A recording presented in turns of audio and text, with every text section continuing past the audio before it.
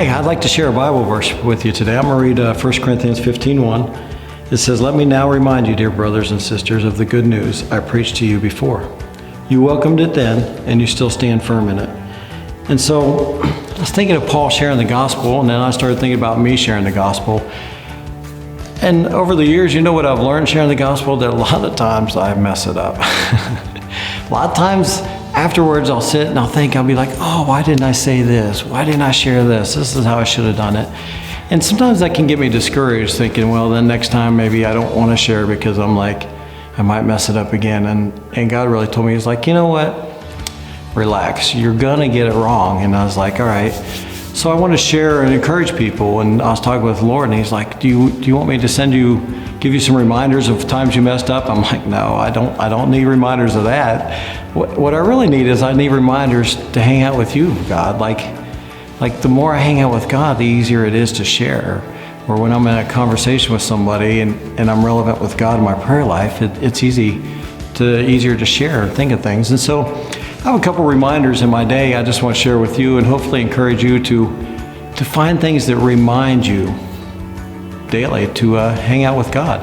And so one of the things is that anytime I see somebody broke down on the side of the road, I pray for them. I pray for them, their family, and then that usually leads me into prayer, praying for other things. But see, it's a reminder, like maybe I hadn't thought about God in a while, and then I see a car. And so another reminder I have is that my mom taught me to do laundry when I was a little kid, and not fill the cup of laundry, but I would always just be like, just a little skimpy, save a little bit of money, and I'd pour that in. And so I had this running conversation with God about, like, God, I want you to keep track of how much laundry soap I saved, so when I get to heaven, I can be like, hey, I want to see how much laundry soap I saved over the years. How much money is that involved too?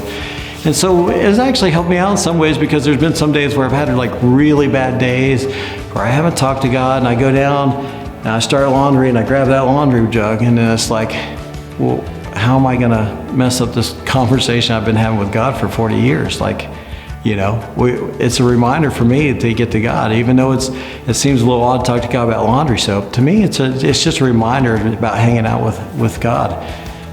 And so the other thing that really reminds me about God is rain.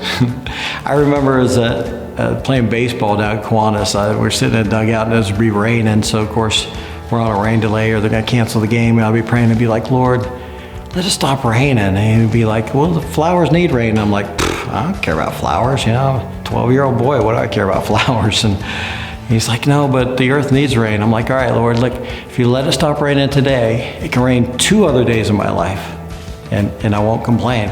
And so now every time it rains, I'm like, oh, is this one of the days I asked for, Lord? And so it taught me to really enjoy the rain. Like now, every time it rains, it's a reminder to me about me talking with God about rain. And so then I just love rain now, because it's a reminder to be in fellowship with God. And when you're in fellowship with God, things in life just get better. So let me encourage you, don't worry about failing. Don't worry about making mistakes. Just worry about hanging out with the Father so you can be relevant with other people as you share the gospel.